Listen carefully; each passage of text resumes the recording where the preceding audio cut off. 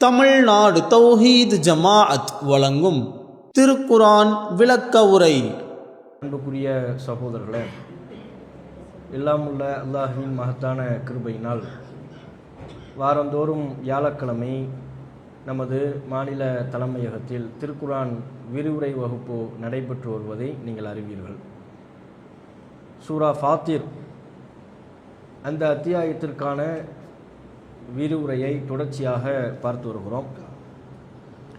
இதுவரை 7 வசனங்களுக்கான விளக்கத்தினை பார்த்துருக்கிறோம். இந்த முதல் 7 வசனங்களில் நாம் பார்த்த விஷயத்தினுடைய சுருக்கம், அல்லாஹ் தன்னை படைப்பாளன் என்று மக்கள் மத்தியில் அந்த கருத்தை ஆழமாக பதிவு செய்கிறான். தான் வானவர்களை படைத்ததாகவும் எண்ணற்ற அருட்கொடைகளை மனிதர்களுக்கு படைத்திருப்பதாகவும் சொல்லி இந்த உலகத்தில் நாம் பார்க்கிற எல்லாவற்றுக்குமான படைப்பாளன் நான் தான் என்று அல்லாஹ் வலியுறுத்தக்கூடிய கருத்துக்களை பார்த்தோம். அதன் தொடர்ச்சியில் ஷைத்தானை பற்றி இறுதியாக நம்ம பார்த்த வசனங்களில் ஷைத்தான், அவனுடைய சூழ்ச்சி, அதை பற்றி வந்தது. 8வது வசனம் அதே ஷைத்தானை பற்றி, அவனுடைய ஆபத்தான சதிகளை பற்றி தான் அல்லாஹ் சொல்கிறான். அஊது பில்லாஹி மினஷ் ஷைத்தானிர் ரஜீம். அஃபமன் ஸுய்யின லஹு ஸூஉ அமலிஹி ஃபரஆஹு ஹஸனன் ஃபஇன்னல்லாஹ யுதில்லு மன் யஷாஉ வ யஹ்தி மன் யஷாஉ ஃபலா தத்ஹப் நஃப்ஸுக அலைஹிம் ஹஸராத்தின் இன்னல்லாஹ அலீமும் பிமா யஸ்னஊன்.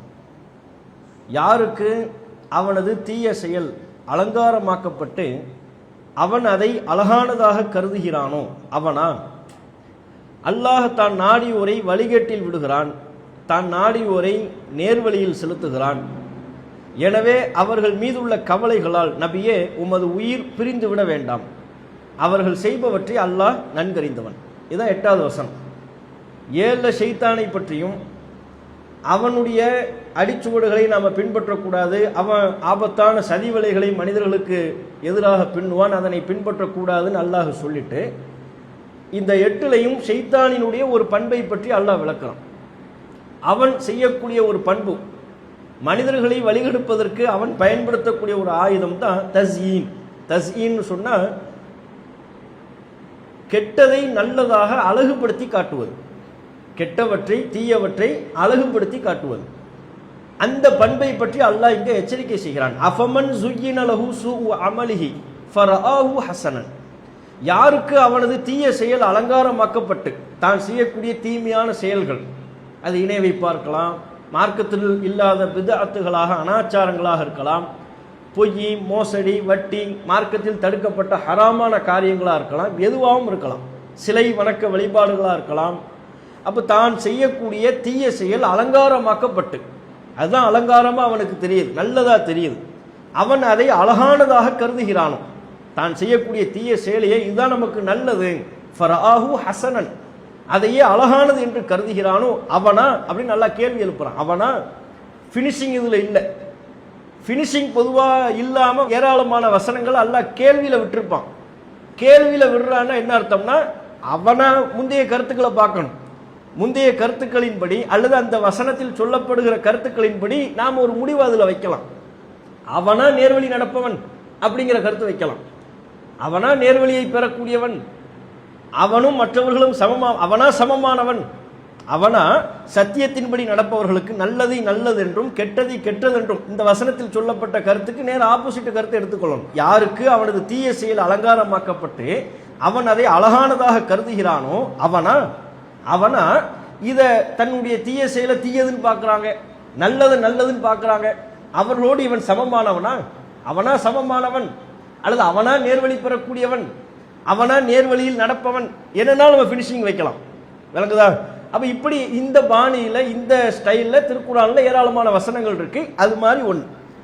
அப்போ இதை அல்லாஹ் சொல்லிவிட்டு அதற்கு அடுத்தபடியாக ஃபஇன்னல்லாஹ யுதில்லு மன் யஷா வ யஹ்தி மன் யஷா, அல்லாஹ் தான் நாடியோரை வழிதவர செய்கிறான், தான் நாடியோரை நேர்வழியில் அழைத்து செல்கிறான் என்று அல்லாஹ் குறிப்பிடுறான். அப்போ இதில் ஷைத்தானை பற்றி தொடர்ச்சியாக குறிப்பிடுவதற்கு நாம பார்க்கக்கூடிய அத்தியாயம் சூரா ஃபாத்திர், படைப்பாளன். அந்த கருத்தில் அல்லாஹ் தன்னுடைய படைப்பு திறனை பற்றி வலியுறுத்தக்கூடிய கருத்துக்களை தொடர்ச்சியாக அந்த அத்தியாயத்தில் நம்ம பார்க்கணும். அதில் திடீர்னு ஷைத்தானை பற்றி வருவது, அவனுடைய சதிகள் பற்றி வருவதற்குரிய காரணம் என்னன்னா, இந்த உலகத்தில் ஒரு ஒரு நல்ல சிந்தனையோட வானத்தை பூமியை அல்லாஹ்வுடைய படைப்பினங்களை ஒருவன் சிந்திக்க முற்படும் பொழுது அவன் ஃபாத்திரை அடைந்து கொள்வான், காலிக்கை அடைந்து கொள்வான், அல்லாஹ்வை அறிஞ்சிருவான். இந்த படைப்புகளின் மூலமா வானம் பூமி சூரியன் சந்திரன் இந்த படைப்புகள் குறித்து சரியான முறையில் சிந்திக்கின்ற பொழுது இதுக்கெல்லாம் ஒரு காலிக் இருக்கிறான், இதுக்கெல்லாம் ஒரு ஃபாத்திர் ஒரு படைப்பாளன் இருக்கிறான் என்று படைப்பாளனை அவன் அறிந்து கொள்ள முடியும். அப்படி சரியான முறையில் சிந்திக்க விடாமல் தன்னுடைய பழமைவாதங்களிலேயே தான் இவ்வளவு காலமாக செய்து வரக்கூடிய மூட பழக்க வழக்கங்களிலேயே ஒருத்தன் மூழ்கி கிடக்கிறான்னு சொன்னா, அந்த படைப்பாளனை அறிந்து கொள்ள விடாமல் அவனை தடுக்கக்கூடிய ஒரு அம்சம் இருக்கிறது என்றால் அது ஷைத்தான். ஃபாத்திரை அடைந்து கொள்ள முடியாமல் அல்லாஹ்வை காலிக்காக ஏற்றுக்கொள்ள முடியாமல் அவனை தடுக்கக்கூடிய ஒரு அரணை யார் இருக்கா? ஷைத்தான் இருக்கான். அவன் அலங்கரிச்சு காட்டுறான். தான் இவ்வளவு காலமாக எந்த கருத்தில் இருந்து கொண்டிருக்கிறார்களோ அந்த கருத்தை அவன் அந்த கெட்டதை நல்லதுன்னு காட்டுறான், பாத்தில அசத்தியத்தை சத்தியம்னு காட்டுறான். அப்ப ஷைத்தானுடைய சூழ்ச்சியின் மூலமாக ஷைத்தான் தஸ்ஈன் அழகுபடுத்தி காட்டக்கூடிய காரணத்தினால தான் அவன் அல்லாஹ்வை அறிந்து கொள்ளாமல் இருக்கிறான், அல்லாஹ்வை காலிக் என்று அடையாமல் இருக்கிறான். அதனால ஷைத்தானை பற்றி அல்லாஹ் சொல்றான். புரிஞ்சா? திடீரென்று ஃபாத்திர் என்கிற இந்த கான்செப்ட்ல ஷைத்தானினுடைய தஸ்ஈன் ஷைத்தானுடைய அழகுபடுத்தலை பற்றி சொல்வதற்கு இதுதான் காரணம். இவன் தான் குறுக்கன்னு அல்லாஹ்வை ஃபாத்திராக மனிதர்கள் சிந்தித்து அடைய முடியாமல் தடுத்து கொண்டிருக்கிறான். அதனால் அல்லாஹ் ஷைத்தானை பற்றி எச்சரிக்கை செய்கிறான். அப்படி ஷைத்தானை பற்றி எச்சரிக்கை செய்யும் போது அல்லாஹ் சொல்லுகிற மிக முக்கியமான அம்சம் வந்து தஸ்ஈன் அழகுபடுத்தி காட்டுறது.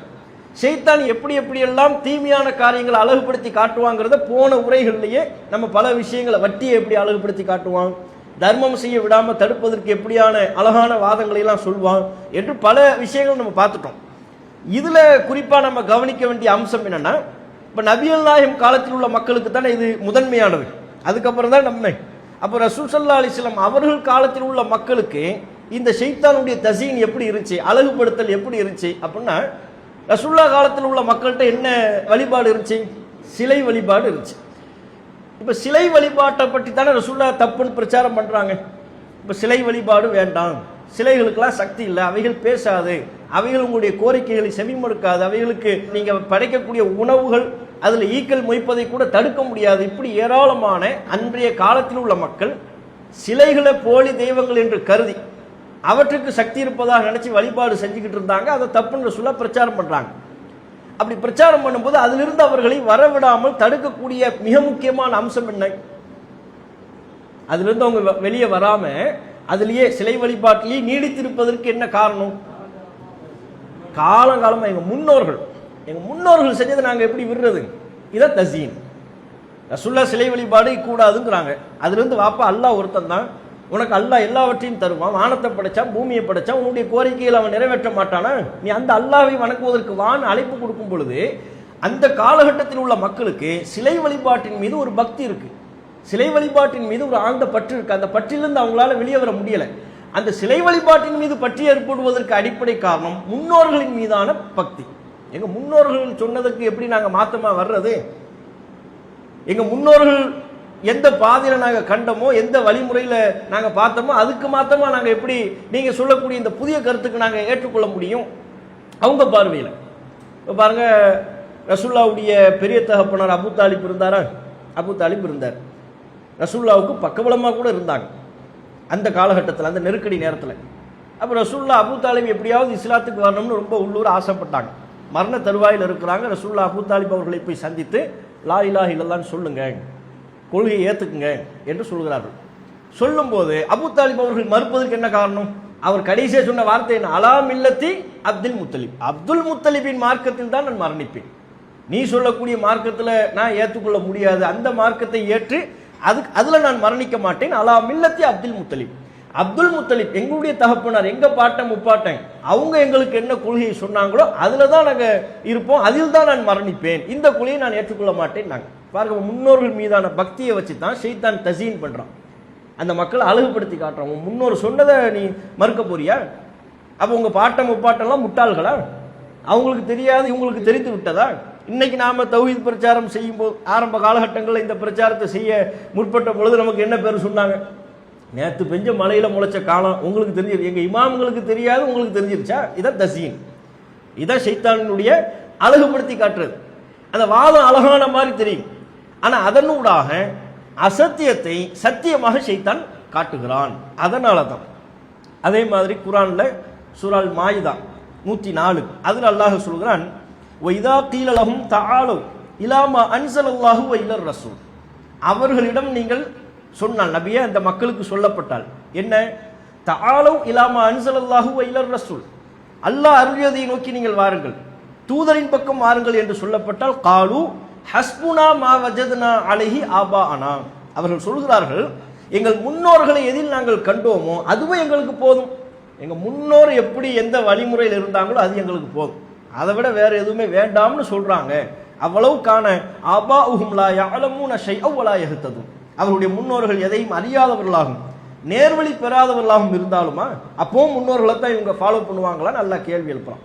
அப்ப இந்த சிலை வழிபாடு, சிலைகள் மீதான பக்தி, முன்னோர்கள் மீதான பக்தி, இதையெல்லாம் ஷைத்தான் அவங்களுக்கு அழகுபடுத்தி காட்டுறதுனால சத்தியத்துக்கு வரல. அதைத்தான் அல்லாஹ் இங்க கொஸ்டின் பண்றான். அல்லாஹ் ஃபாத்திர்னு நம்பாம இருக்கிறானே, சரியான முறையில் அந்த ஃபாத்திரை ஏற்றுக்கொண்டு, வானத்தை படைச்சது பூமியை படைச்சதுலாம் அல்லாஹ்னு சொன்னான், ஆனா அந்த அல்லாஹ்வை மட்டும் வணங்குவதில் அவர்கள் கோட்டை விட்டார்கள். அந்த அல்லாஹ்வை மட்டுமே வணக்க வழிபாடுகள் செய்வதில் கோட்டை விடுகிறார்கள். அது அல்லாஹ் ஃபாத்திர்னு முழுமையா சரியான முறையில் நம்பாததுதான். அல்லாஹ்வுக்கு உரிய விதத்தில் வணக்க வழிபாடுகள் செலுத்தாவிட்டால், அல்லாஹ்வுக்கு செய்ய வேண்டிய வணக்க வழிபாட்டை வேறு யாருக்கும் செய்தால் அவர்களை படைப்பாளர்களாக ஏற்றுக்கொள்வதற்கு சமம். அதனாலதான் அல்லாஹ் கேட்கிறான், என்ன அல்லாத வேறு படைப்பாளன் உங்களுக்கு உண்டா? பிறகு ஏன் நீங்க அங்க போறீங்க? அவங்ககிட்ட ஏன் நீங்க உங்க கோரிக்கைகளை முன்வைக்க போறீங்கிற கருத்தை அல்லாஹ் அங்கே எழுப்புவதை நம்ம பார்க்கணும். அப்ப இது ஷைத்தான் அவங்களுக்கு முலாம் பூசுறான், இது நல்லது அப்படிங்கிறான். இதுதான் மிகப்பெரிய நஷ்டம். நஷ்டத்திலே பெரிய நஷ்டம் என்னங்க, ஒருத்தன் இந்த உலகத்துல தப்பு செய்யறான், தான் தவறு செய்கிறோம் என்கிற எண்ணம் அவனுடைய உள்ளத்துல இருந்தாலே ஈமானுடைய சாயல் கொஞ்சம் இருக்குன்னு அர்த்தம். சினிமா பார்க்கலாம், சிகரெட்டு குடிக்கலாம், வேறு ஏதேனும் ஒரு கெட்ட பழக்கம் அவனத்தில் இருக்கலாம். அந்த கெட்ட பழக்கம் இருக்கின்ற பொழுது உள்ளத்துல ஒரு அரிப்பு இருந்துகிட்டே இருக்கு, ஆஹா நம்ம சிகரெட்டு குடிக்கிறோமே, தப்பாச்சே, இது தப்பு தப்புங்கிற எண்ணம் இருந்து கொண்டே இருந்தால் ஒரு நேரத்தில் ஈமானுடைய உணர்வு அதிகரிக்கின்ற பொழுது இதை தவறு இருந்து அவர் மீண்டு வருவதற்குரிய வாய்ப்பு இருக்கு. தவறு தவறுங்கிற அந்த ஈமானிய அலாரம், அந்த எச்சரிக்கை அவனுக்கு ஊட்டப்பட்டு கொண்டே இருக்கும் பொழுது அதற்காக அல்லாஹ்விடத்தில் தௌபா கேட்பதற்குரிய வாய்ப்பும் இருக்கு. அது இல்லைன்னா செய்யக்கூடிய கெட்டதையே நல்லதுன்னு நினைச்சான்னா, செய்யக்கூடிய கெட்டதையே மது குடிக்கிறான், மது குடிக்கிறதே ஒருத்தர் நல்லதுன்னு நினைக்கிறான், அல்லாட தௌபா கேட்பானா? அதுல இருந்து திருந்தி வருவானா? சிகரெட்டு குடிக்கிறான், சிகரெட்டு குடிக்கிறதையே நல்லதுன்னு நினைக்கிறான், உடம்புக்கு ரொம்ப அப்படி குடிச்சோடனே மைண்டு ஃப்ரெஷ் ஆயிருது, டென்ஷன்லாம் பறந்து போக மாதிரி பறந்து போயிருதுங்கிறான். அது அல்லாட்ட அது குற்றம் தவறு என்பதற்காக வேண்டி தௌபா கேட்பானா? அப்ப இருக்கிறதுலே ஆபத்தானது எது? தவறை தவறு என்று அறியாமல் தான் செய்யக்கூடிய தவறையை அழகுபடுத்தி நல்லது என்று நினைத்துக் கொள்வது, இதுதான் பெரிய நஷ்டம். இதைத்தான் அல்லாஹ் திருக்குர்ஆன்ல சூரா அல் கஹஃப் 103 இருந்து 105 அந்த வசனங்கள் அல்லாஹ் சொல்கிறான், குல் நபியே நீங்க சொல்லுங்க, ஹல் நுனப்பிஉக்கும் பில் அக்ஸரீன அஅமாலா, நஷ்டவாளிகள் அமல்களால் நஷ்டமடைந்தவர்கள் யார் என்று சொல்லட்டுமா? கேளுங்க.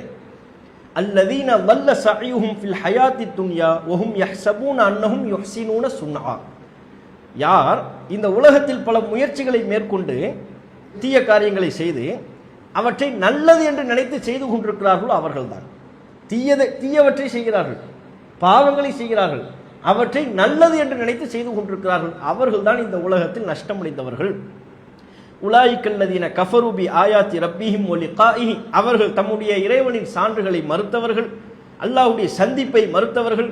ஃபஹபிதத் அஅமாலுஹும், அவர்களுடைய அமல்கள் எல்லாம் அழிந்து விட்டது, அமல்களை எல்லாம் அழிச்சிருவோம். ஃபலா நுகீமு லஹும் யௌமல் கியாமத்தி வஸ்னன், மறுமை நாளில் அந்த அமல்களுக்கு அவர்களுக்கென்று எந்த மதிப்பையும் நாம் நிலைநிறுத்த மாட்டோம். வசனே கிடையாது. வசன்னா என்ன? நிறுத்து பார்க்கிறது, மதிப்பீடு செய்யறது. மீசான் இருக்குல்ல மறுமையில, அந்த மீசான்ல இப்படிப்பட்டவர்களுடைய முயற்சிகள் எல்லாமே வீணாய் போய்விடும், அவர்களுடைய அமல்கள் எல்லாம் அழிந்து விடும். அவர்களுக்கென்று மறுமையில எந்த மதிப்பும், அவர்கள் செய்த அமல்களுக்கு எந்த மதிப்பும் இல்லை, எந்த வசனும் இல்லை, அதனை நாம் சீராக்க மாட்டோம் என்று அல்லாஹ் சொல்கிறார். அப்ப இவர்கள் தான் நஷ்டவாளிகள். இந்த வசனத்துல முதல் பகுதியில் சொல்லப்படுறதுங்கிறத பார்க்கணும். முதல் பகுதிக்கு அடுத்து அல்லாஹ் சொல்கிறான், ஃபஇன்னல்லாஹ யுதில்லு மய்யஷாஉ வ யஹ்தி மய்யஷாஉ, அல்லாஹ் தான் நாடியோரை வழிகேட்டில் விடுகிறான், தன் நாடியோர்களை நேர்வழியில் செலுத்துகிறான். இப்ப அல்லாஹ் ரசூல் ஸல்லல்லாஹு அலைஹி வஸல்லம் அவங்க மக்காவில் தொடர்ச்சியாக பிரச்சாரம் செய்து கொண்டே இருக்கிறார்கள். பிரச்சாரம் செய்து கொண்டே இருக்கும் பொழுது எல்லோரும் ரசூலுல்லாஹ்வுடைய பிரச்சாரத்தை ஏற்றுக்கிறாங்களா? இல்லை. சில பேர் ஏற்கிறாங்க, சில பேர் ஏற்கலை. அது ரசூலுல்லாஹ்வுக்கு ஒரு மன வருத்தத்தை கொடுக்குது. என்ன நம்ம சொல்கிறோம், நிறைய பேர் வரமாட்டேங்கிறாங்க, சத்தியத்தை ஏற்க மாட்டேங்கிறாங்க என்கிற மன வருத்தத்தை ரசூலுல்லாஹ்வுக்கே கொடுக்குது. அப்படி கொடுக்கும் பொழுது பொதுவாக பிரச்சார பணியில் ஈடுபடக்கூடியவர்களுக்கு ஒரு சோர்வு வரும். என்ன நம்ம இவ்வளவு சொல்கிறோம் கேட்க மாட்டேங்கிறோம், இவ்வளவு சொல்கிறோம் திருந்த மாட்டேங்கிறோம், என்னெல்லாமோ சொல்லிக்கிட்டு இருக்கிறோம், தலைகீழ நின்று பிரச்சாரம் பண்ணுறோம், புரிய மாட்டேங்கிறான், விளங்க மாட்டேங்கிறான், இப்படி சினிமா மோகம் கொண்டு திரிகிறான், அலைகிறான், இப்படி நம்ம நினைப்ப ஒரு சோர்வு வரும். பிரச்சார களத்தில் ஈடுபடக்கூடியவர்களுக்கு தொடர்ச்சியாக சொல்லி சொல்லி மக்கள் கேட்கலன்னா கேட்கவே மாட்டேங்கிறாங்க, திருந்தவே மாட்டேங்கிறாங்க அப்படிங்கிற ஒரு சடைவு வரும். அந்த சடைவுக்கு தான் அல்லாஹ் ஆன்சர் பண்ணுறான். இந்த வசனத்தின் பிற்பகுதி முழுவதுமே எதை மையப்படுத்தியது? அந்த சடைவுக்கு ஆன்சர் தான். இன்னல்லாஹ, அதுக்கு தான் அல்லாஹ் ஆன்சர் கொடுக்குறான். என்ன? இன்னல்லாஹ யுதில்லு மயஷா வ யஹ்தி மயஷா. அல்லாஹ் தான் நாடியவரை வழிகட்டில் விடுகிறான், தான் நாடியவர்களை நேர் வழியில் செலுத்துகிறான். ஹிதாயத்தை கொடுக்கறது யாரு? அல்லாஹ் ரசூலுல்லாஹ்வுக்கு சொல்றான், ஹிதாயத்தை கொடுக்கறது யார்? நீங்களா? நீங்க விரும்பினாலாம் ஹிதாயத்தை பெற்றுவிட முடியுமா? நான் தான், ஹிதாயத்து என் கையில் இருக்கு, நான் தான் ஹிதாயத்தை கொடுப்பேன். நான் நாடியோருக்கு ஹிதாயத்தை கொடுப்பேன், நான் நாடியோர் ஹிதாயத்தை அடைய முடியாமல் போய் விடுவார்கள், ஹிதாயத்துக்கு வரமாட்டான் என்கிற கருத்தை அல்லாஹ் சொல்றான். இதுல அல்லாஹ் ஹிதாயத்தை காட்டாம இருக்கிறது இல்லை, எல்லாருக்குமே அல்லாஹ் ஹிதாயத்தை காட்டிடலாம். ரெண்டு இருக்குது, எது சத்தியம் எது நேர்வழி என்பதை காட்டுவதுங்கிறது ஒன்று, அந்த நேர்வழிக்குள்ள வர்றது, அந்த நேர்வழியில பயணிப்பதுங்கிறது ஒன்று. இப்போ ஒரு நோய் இருக்கு, நோய்க்கு இதுதான் மருந்து அப்படின்னு சொல்வது. எல்லாரும் உங்களுக்கு நோய் இருக்குதா, தலைவலி இருக்கா, தலைவலிக்கு இதுதாங்க மருந்து அப்படின்னு சொல்வது, இது காட்டுறது. நேர்வழியை சரியானதை மக்கள் அனைவருக்கும் அறிவித்து கொடுப்பது. இதுல எந்த பாரபட்சமும் இல்லை. அனைவருக்கும் அல்லாஹ் ஹிதாயத்தை காட்டிடுவான், அனைவருக்கும் சத்தியம் எடுத்துரைக்கப்பட்டு விடும். ஆனா அந்த சத்தியத்தில் ஏற்றுக்கொண்டு அந்த சத்தியத்தில் பயணிப்பதுங்கிறதுக்குள்ள அது ஒரு பெரிய பாக்கியம். அது அல்லாஹ் நாடுறவங்களுக்கு தான் கிடைக்கும். சத்தியம் எல்லாருக்கும் போயிடும், அந்த சத்தியத்தில் பயணிப்பது. இப்போ நூஹ் நபி பிரச்சாரம் பண்ணாங்க, நூஹ் நபி செலக்டிவாக பிரச்சாரம் பண்ணாங்க, எல்லாருக்கும் தான் பிரச்சாரம் பண்ணாங்க. எல்லா இறை தூதர்களும் எல்லா மக்களுக்கும் தான், தன்னுடைய சமுதாயத்தில் உள்ள அனைவருக்கும் தான் பிரச்சாரம் செய்தார்கள். அனைவருக்கும் சத்தியம் ரீச் ஆயிரும். அதற்கு பிறகு அதை ஏற்றுக்கொண்டு இதுதான் கரெக்டாக இருக்கு என்று ஏற்றுக்கொண்டு அதில் பயணிப்பது என்பது அது அல்லாஹ்வுடைய கையில் இருக்கு.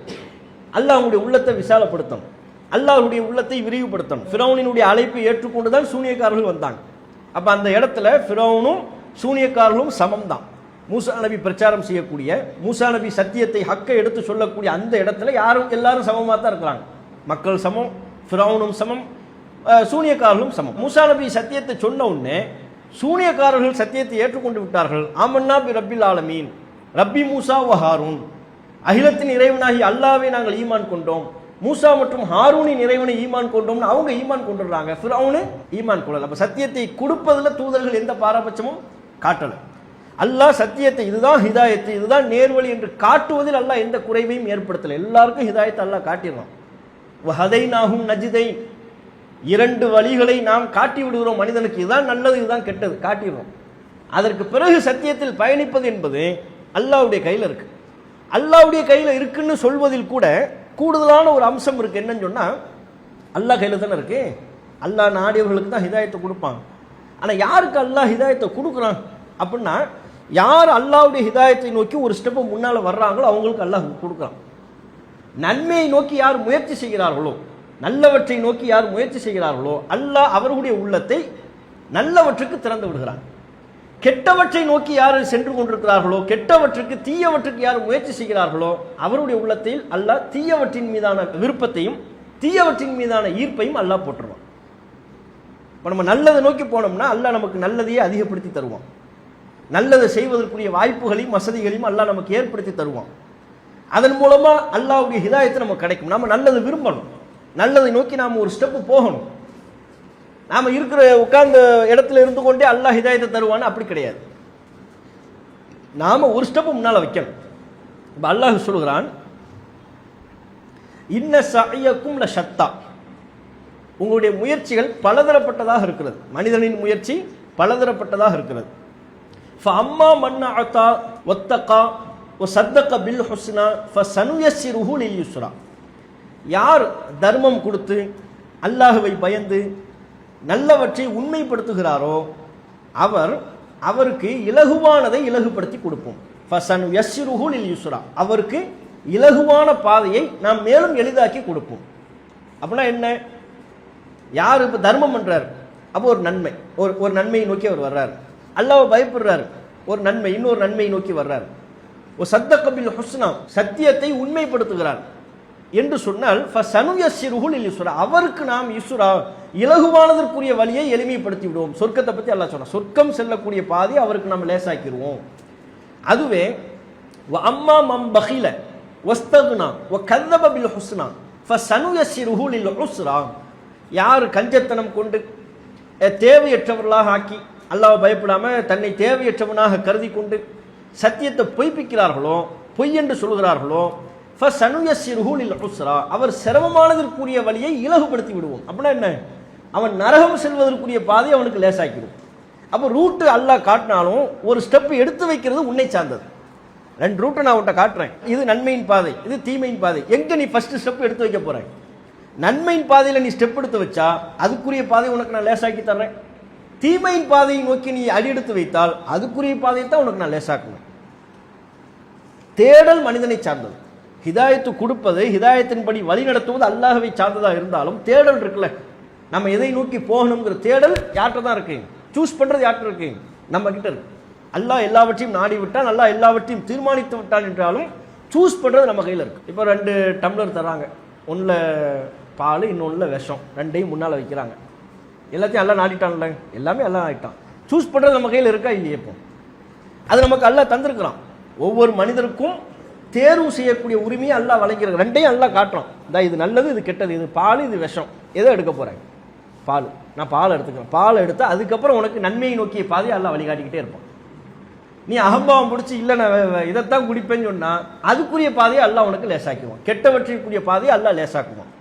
இந்த கருத்தை தான் அல்லாஹ் நமக்கு இதுல சொல்றான். இன்னல்லாஹ யுதில்லு மயஷா வ யஹ்தி மயஷா, அல்லாஹ் தன் நாடியோரை வழிதவர செய்கிறான், தன் நாடியோரை நேர்வழியில் செலுத்துகிறான். நபியே நீங்க எவ்வளவுதான் பிரச்சாரம் பண்ணாலும், அவனுக்கு இதுதான் சத்தியம் என்று எடுத்து சொன்னாலும், நேர்வழியில் வருவதுங்கிறது அவன் ஒரு ஸ்டெப் எடுத்து வச்சா தானே நான் ஹிதாயத்தை கொடுப்பேன். ஹிதாயத்து என் கையில் இருக்கு. 2 கருத்தையும் நம்ம விளக்கணும். ஹிதாயத்து என் கையில தான். நீங்க எவ்வளவுதான் சத்தியத்தை எடுத்து சொன்னாலும் ஹிதாயத்து என் கையில. 1.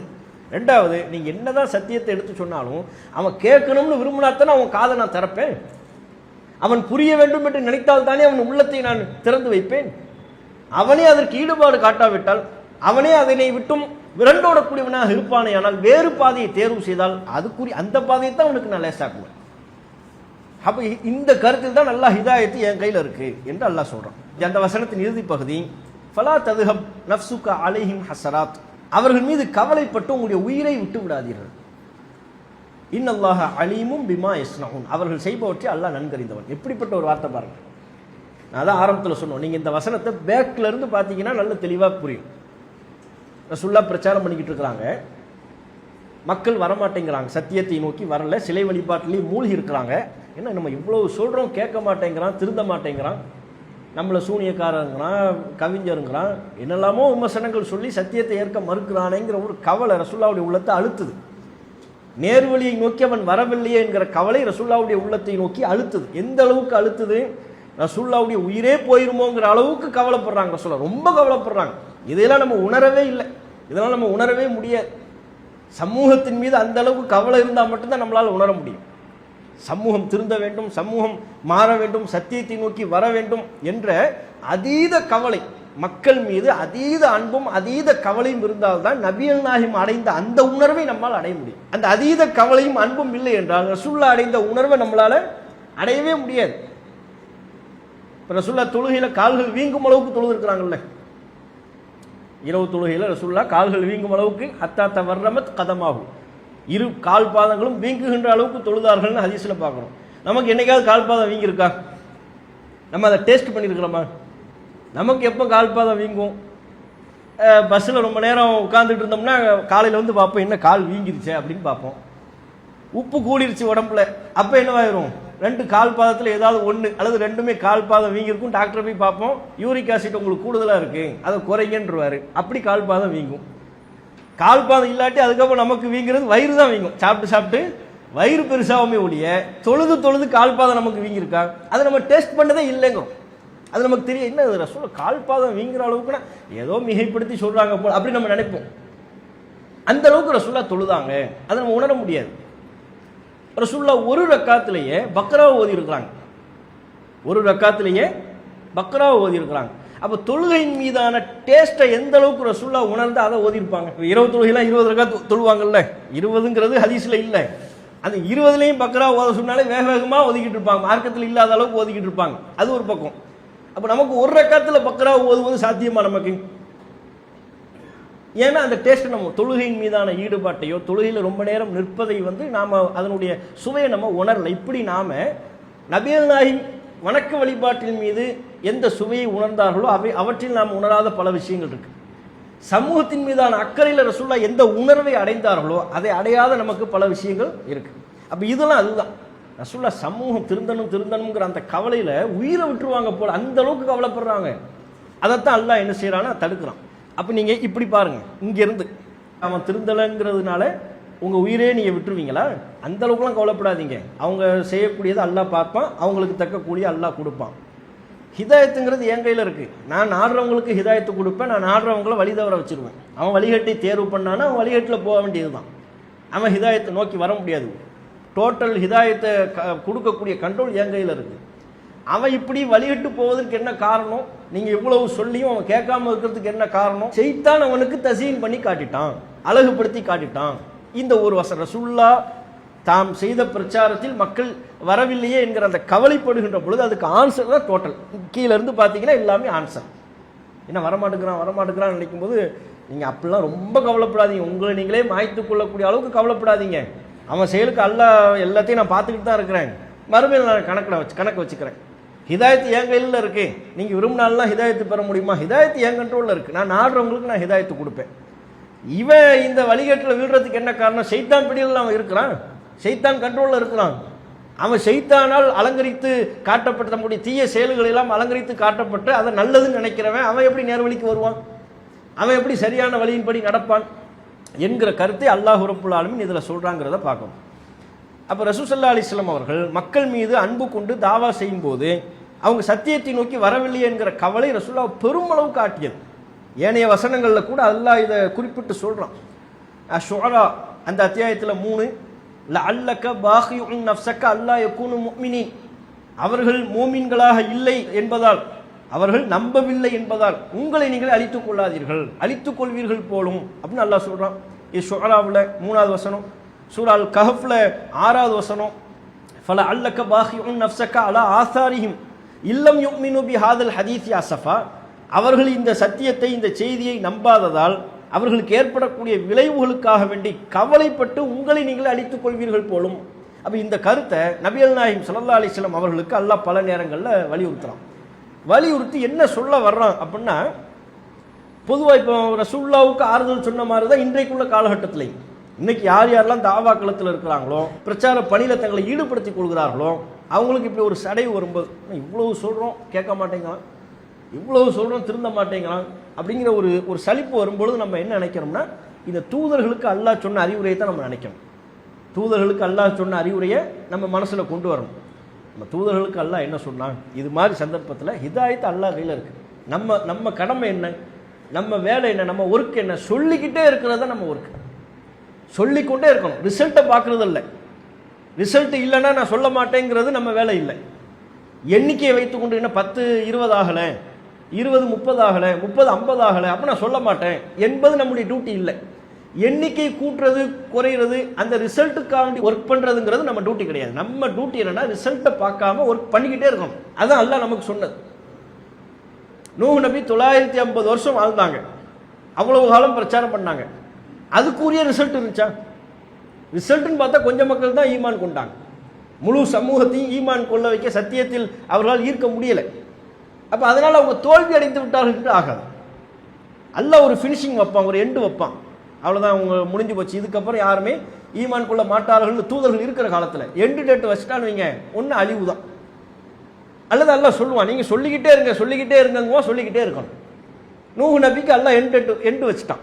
இதுக்கப்புறம் யாரும் திருந்த போறதில்லை, உங்களை ஈமான் கொண்டவங்களை கப்பலில் ஏற்றுங்க, மற்றவங்களை அழிப்போம், நல்லா எல்லாத்தையும் அழிச்சு. எத்தனையோ இறை தூதர்கள் ரசூல் ஸல்லல்லாஹு அலைஹி வஸல்லம் அவங்க சொல்றாங்க, மறுமையினால சில இறை தூதர் வருவாங்க, ஓ மஅஹு இஸ்னானி, அவரோடு வெறும் 2 பேர் வருவாங்க.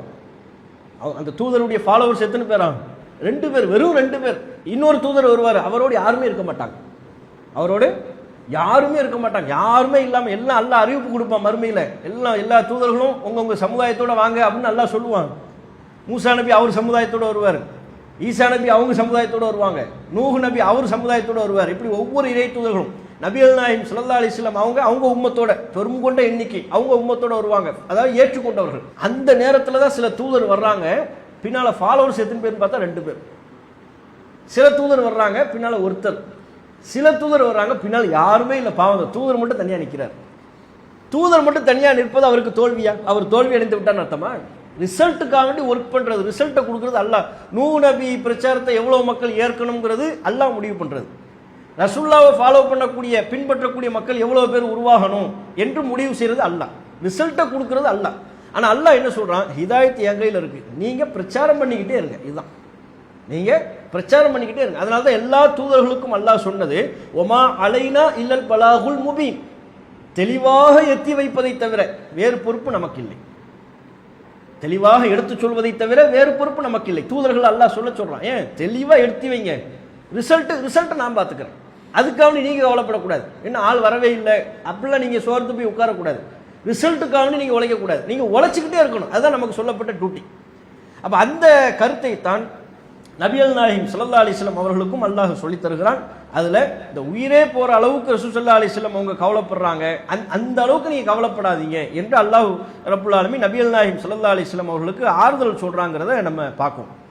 இதுதான் இப்ப நமக்கும் மக்காவில் ரசூலுல்லாஹ் பிரச்சாரம் பண்ணும்போது என்ன மனநிலை, அதே தான் இன்னைக்கு நம்ம மக்கள்கிட்ட பிரச்சாரம் பண்றோம். ஏன் ஒரு தந்தை தன் மகன்கிட்ட சொல்லலாம், மகன் திருந்தலை கேட்கல, அதுக்காண்டி சடவெஞ்சு போய் உட்காரக்கூடாது, சொல்லிக்கிட்டே இருக்கிறது நம்ம வேலை. ஒரு கணவன் மனைவிட்ட சொல்லலாம், மனைவி கணவனுக்கு சொல்லலாம், சொந்த பந்தங்கள்கிட்ட சொல்லலாம், பெற்றோர்கள்ட்ட சொல்லலாம். மார்க்க ரீதியாக அவங்ககிட்ட நம்ம பார்க்கக்கூடிய முரண்கள், அவங்ககிட்ட நம்ம பார்க்கக்கூடிய மார்க்கத்துக்கு எதிரான விஷயங்களை சுட்டி காட்டி சொல்லும் பொழுது, இன்னும் திருந்தலை நம்மளே ஒரு திடீர்னு ஒரு கட்டத்தில் ஒரு சீல் வச்சிருக்கிறது, இவன் திருந்தவே மாட்டான், இவனுக்கு சொல்லி புண்ணியமே இல்லை, இவெல்லாம் திருந்துற கேஷா. இப்போ நம்ம சில நேரத்தில் யாராவது சில பேர் 2 பேர் பேசிக்கிட்டு இருப்பாங்க, தொழுகைக்கு வாயன் அப்படின்னு சொல்லி கூப்பிட்டுக்கிட்டு இருப்பாங்க, அவன்கிட்ட போய் சொல்லிக்கிட்டு இருக்கிறீங்களே அவன் திருந்துற கேஷா, அவன் எந்த குரூப்பு தெரியுமான்னு ஆரம்பிச்சிருவார் ஹிஸ்ட்ரி. அவன்லாம் திருந்தவே மாட்டான்னு முடிவு பண்ணுறது. அப்படி முடிவு பண்ணுறது நம்ம கையில் இல்லை, வேலை சொல்லிக்கிட்டே இருக்கணும், வந்தால் அவனுக்கு நல்லது, இல்லைனா இல்லை. நம்ம பொறுப்பு சொல்லிட்டோங்கிற நம்முடைய பணி. எப்படி அந்த தூதர் தனி ஒருவராக வந்தாலும் அல்லாஹ் அவரை வெற்றியாளர் பட்டியலில் சேர்க்கலாம். பின்னால் எவ்வளோ பேர் வர்றாங்கிறத வச்சுக்கிட்டு வெற்றியாளர் பட்டியலில் சேர்க்கறது இல்லை, சொன்னோமா இல்லையாங்கிறத வைத்துக்கொண்டு தான் வெற்றியாளர் பட்டியலில் அல்லாஹ் சேர்க்கலாம். இதை நாம் சரியான முறையில் புரிந்து கொள்ளணும். அடுத்து 9வது வசனம், வல்லாஹுல்லதி அர்ஸல ரியாஹ ஃபதுஸீரு ஸஹாபன் ஃபசுக்னாஹு இலா பலதின் மையித்தின் ஃபஅஹ்யா பிஹில் அர்த பஅத மௌத்திஹா கதாலிக நுஷூர். அல்லாஹ்வே காற்றுகளை அனுப்புகிறான், அவை மேகங்களை நகர்த்தி செல்கின்றன, அதனை வறண்ட நிலத்திற்கு நாம் ஓட்டி சென்று அதன் மூலம் பூமியை அது இறந்த பின் உயிர்ப்பிக்கிறோம். இறந்தவர்கள் அது பிராக்கெட்ல உயிர்ப்பித்து எழுப்பப்படுவதும் இவ்வாறு தான். இது அல்லாஹ் 9வது வசனத்தில் அல்லாஹ் சொல்றான். இப்போ திடீர்னு என்ன டாபிக் வருது? அல்லாஹ்வே காற்றுகளை அனுப்புகிறான். வல்லாஹுல்லதி அர்ஸல ரியாஹ, அல்லாஹ்வே காற்றுகளை அனுப்புகிறான். ஃபதுஸீரு ஸஹாபன், அவை மேகங்களை நகர்த்தி செல்கின்றன. ஃபசுக்னாஹு இலா பலதின் மையித்தின் ஃபஅஹ்யைனா பிஹில் அர்த பஅத மௌத்திஹா, அதனை வறண்ட நிலத்திற்கு நாம் ஓட்டி சென்று, அந்த மேகத்தை வறண்ட நிலத்திற்கு ஓட்டி சென்று அதன் மூலம் பூமியை இறந்த பின் உயிர்ப்பிக்கிறோம். கதாலிக்க நுஷூர், இவ்வாறே உயிர்ப்பித்து எழுப்பப்படுவதும் இவ்வாறு தான். இப்போ என்ன சப்ஜெக்ட் வருது? காற்று, மழை, உயிர்ப்பித்து எழுப்பப்படுது, இந்த டாபிக் வருது. இதுக்கு முன்னால் என்ன டாபிக் வந்துச்சு? நேர்வழி காட்டுறது. இப்போ நீங்கள் பார்த்தீங்கன்னா சூரா ஃபாத்திர் நீங்கள் குரான் வச்சு பார்த்தீங்கன்னு வைங்க, 1லேருந்து இந்த 9 வரையிலும் படிச்சுட்டு வரும் பொழுது 4வது வசனமும் 4ம் இதற்கு முன்பு நம்ம பார்த்த 8, 4ம் இதற்கு முன்பு நாம் பார்த்த 8வது வசனம், 4வது வசனமும் 8வது வசனமும் ஒரே கேட்டகரியில் இருக்கும். என்ன கேட்டகரி? நபியே அவர்கள் உம்மை பொய்யர் என கூறினால், இதற்கு முன்பும் இது போன்று பல தூதர்களை பொய்யர் என்று சொல்லியிருக்கிறார்கள். இது 4வது வசனம். இப்போ 8வது வசனம் திரும்ப படிங்க. எனவே அவர்கள் மீது உள்ள கவலையால் நபியே உமது உயிர் பிரிந்து விட வேண்டாம். 4, 8 ரெண்டுமே எதை மையப்படுத்தியது?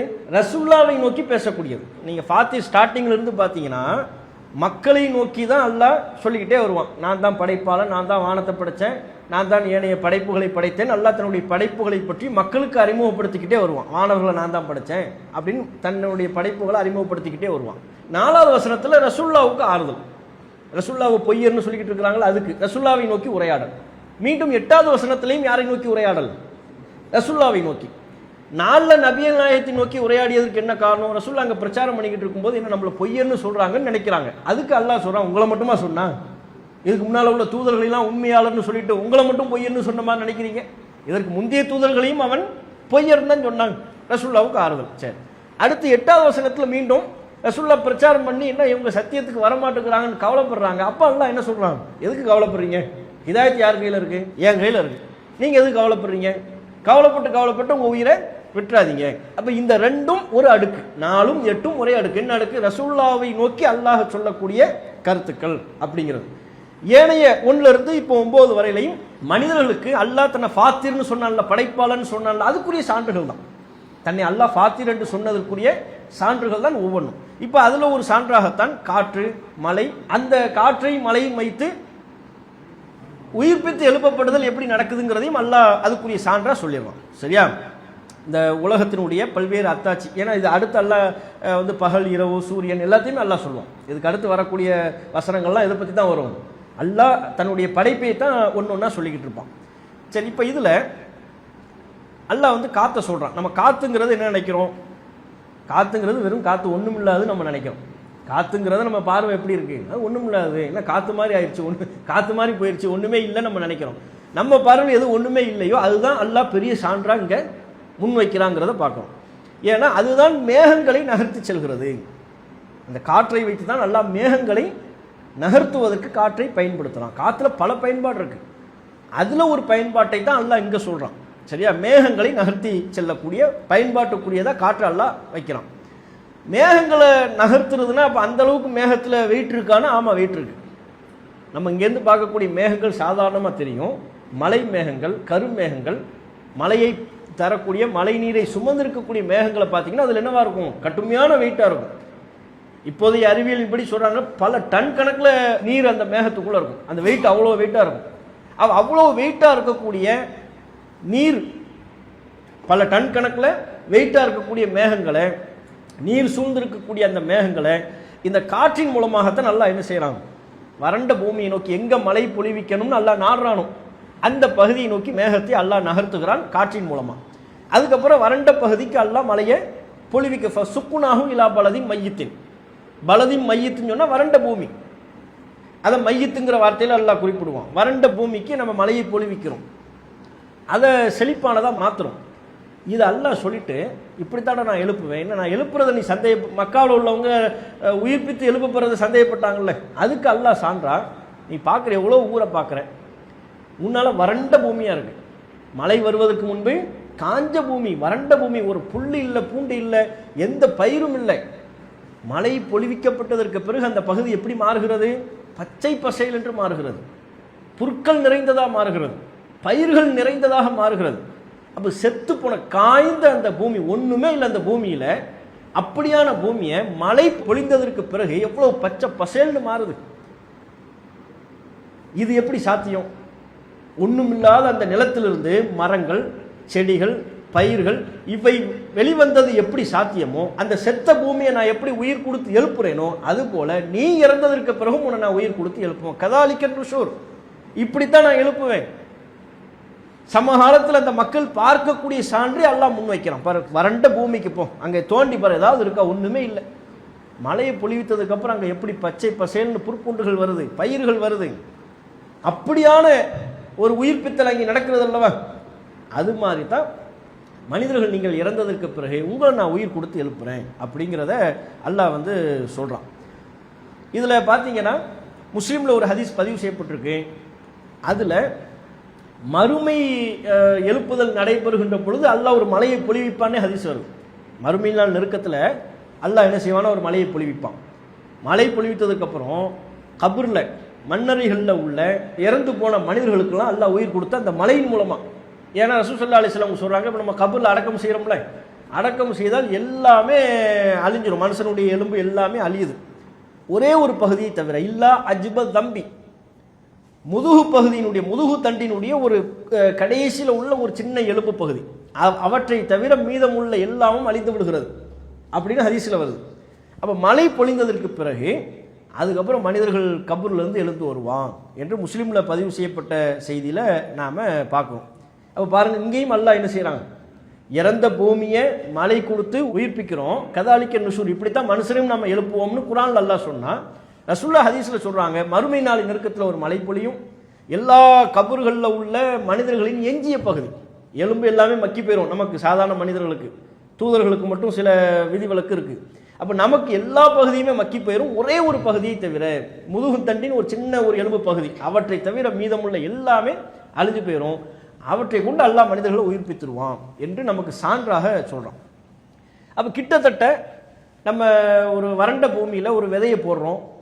விதை போட்டால் அல்லாஹ் எப்போ மழையை தரானோ அதுக்கப்புறம் அது செடியாக கொடியாக மரமாக மாறுது. அது மாதிரி அல்லாஹ் இந்த மனிதர்களின் எஞ்சிய அந்த எலும்பு பகுதியை வைத்துக்கொண்டு ஒரு மலையை பொழிவிக்க செய்து அதன் மூலம் மனிதர்களை உயிர்ப்பித்து எழுப்புறான். இது எனக்கு சாத்தியம்ங்கிறது அல்லாஹ் என்ன செய்யறான் சொல்றாங்கிறத நம்ம பார்க்கணும். இதே கருத்தை சூரா ஃபுஸ்ஸிலத் 39, நீங்கள் மக்காவில் உள்ள மக்களுக்கு உயிர்ப்பித்து எப்படி எழுப்ப முடியும், எலும்புலாம் மக்கி போனதுக்கப்புறம் எப்படி அல்லாஹ் உயிர் கொடுத்து எழுப்புவாங்கிற அந்த கேள்வியை முன்வைத்த பொழுது அது சாத்தியம் என்பதற்கு அல்லாஹ் பல சான்றுகளை சொன்னான். நீ எதிலிருந்து வந்த, நீ இதுக்கு முன்பு என்னவா இருந்த, எதுவாகவும் இல்லாமல் இருந்த உன்னை நான் தானே படைத்தேன், எதுவாகவும் இல்லாத உன்னை எந்த மூலப்பொருளும் இல்லாமல் படைத்த எனக்கு உன்னை திரும்ப எழுப்புறது எனக்கு கஷ்டமா நல்லா கேட்குறான். விளக்குதா உங்களுக்கு? ஃபர்ஸ்ட் நீ இல்லை வைப்பா, நான் தானப்பா உன்னை படைச்சேன், படைச்ச எனக்கு உன்னை திரும்ப உருவாக்குறது கஷ்டமா அப்படி அல்லாஹ் கேட்குறான். அதுக்குரிய சான்றுகளில் ஒன்றாக தன் மலையை பாரு, காஞ்ச பூமியை பாரு, முன்னால் எப்படி காய்ந்து போய் இருக்கிறது, அங்கே பச்சை பசல்னு புற்பூண்டுகள் உருவாகுறது இல்லையா மழையின் மூலமா, அது மாதிரி உங்களை நான் உயிர்ப்பிப்பேன், எனக்கு அந்த ஆற்றல் இருக்கு, அது எனக்கு அந்த பவர் இருக்கு என்று அல்லாஹ் சொல்றான். சூரா ஃபுஸ்ஸிலத் 39 இதே கருத்தை அல்லாஹ் தெளிவுபட சொல்கிறான். ஒமின் ஆயாத்திஹி, அல்லாஹுடைய சான்றுகளில் ஒன்றுதான் அன்னக்க தரல் அர்ல ஹாஷியாத்தன், நீங்கள் பூமியை வறண்டதாக பார்க்கிறீர்கள். ஃபைதா அன்சல்னா அலைகள் மா, அதன் மீது நாம் மலையை பொழிவிக்கும் பொழுது இஹ்தஸத் வரபத், செழித்து வளர்கிறது.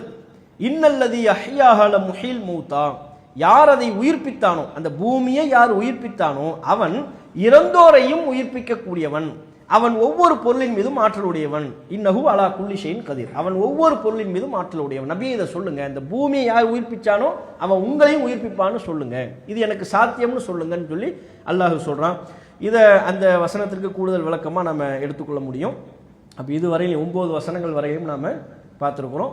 இதற்கு அடுத்து அல்லாஹ் இன்னும் மென்மேலும் தன்னுடைய படைப்பாற்றலை பற்றி விளக்கக்கூடிய வகையில் பல்வேறு சான்றுகளை அல்லாஹ் சொல்கிறான். அடுத்தடுத்து இன்ஷா அல்லாஹ் பார்ப்போம். அல்லாஹு அக்பர், அல்லாஹு அக்பர்.